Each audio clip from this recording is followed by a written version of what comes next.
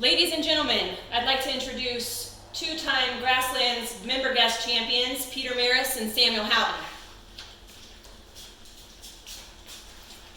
We'd like to keep questions to a minimum as they have a practice round to prepare for. Good to see you. Absolutely. Thank you. Thanks, guys. Thanks over there, too. Thank you. Thank you. Excuse me, Mr. Maris. Sam, hey, Of course. this is John Smith, Golf Digest. What's it feel like to be champ 2 years in a row? Well, it's really a hard question to answer. I think I grew up as a champion, and that helps, of course. You know, you sort of get a feel for being in the spotlight, wouldn't you say?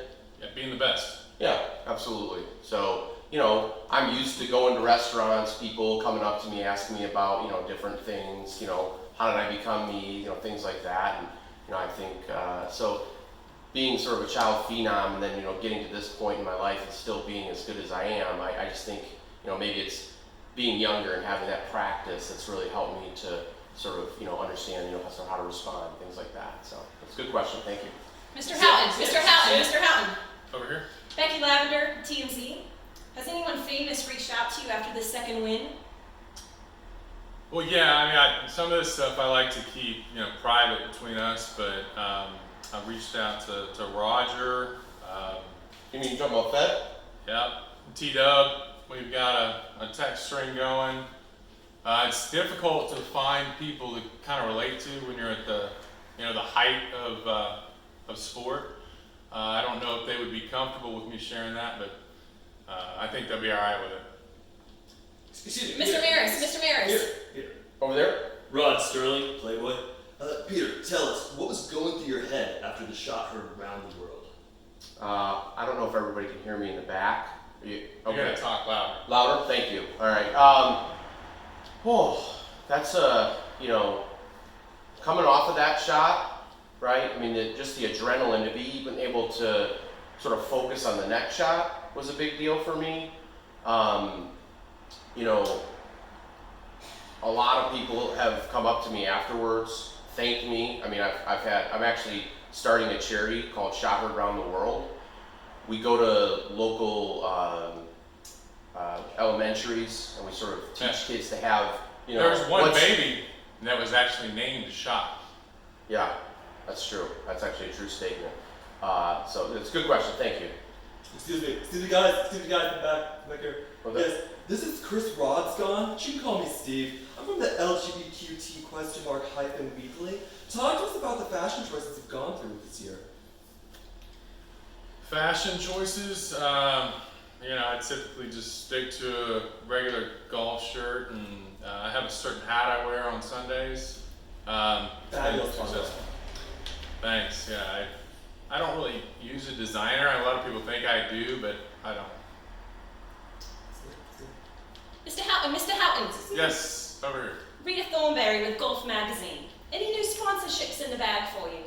Well, I think that I can answer that one. Sam is not taking on any new sponsorships. Is that correct? Yeah. He's playing Mizuno and he's going to stay playing Mizuno. Now, I would like to talk about my sponsorships. I was actually able to finally get a sponsorship with Slazenger, which is more of a, it's not retro. a very, yeah, it's more retro. Retro brand. And then I'm also going to be playing a Titleist from a 2006 era, which is a totally different, you know, most of the guys are playing the newer models, but I'm actually sort of He going actually to the he shuns the new clubs. Yeah.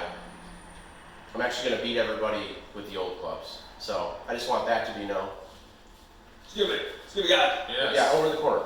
This is Billy Hambone. They call him Pork Chop. You can call him Pork Chop. From the Ledger. Who do you fear this year? I can answer that. Yeah, go ahead. That's a really good question. There's nobody to fear but ourselves. The only people out there that can beat us is ourselves. Bang! You know, we shit lightning. Crap. Thunder. And I just want everybody to know I'm not scared of anybody. Nobody. Pow! Mr. Maris. Yeah, the Jew in the corner. Bab Steinbeckstein with the Winter Haven Inquirer. Oh, thank you. Can you shed some light on the Michael Peoples story? Ooh, God, that's a tough one. Wow. Oh, I had heard excuse me, sorry. I had heard that Michael, after being sort of kicked out of the member guest a couple of years ago, I don't know if I'm even able to share this, but I've heard that he's You don't want to triangulate. I don't want to triangulate, you're right. But I've heard he's actually trying to start a member guest over on the north side at Wedgwood. Actually heard that. Up and coming location. And my prayers just go out to his family. I mean, to be down, that bad.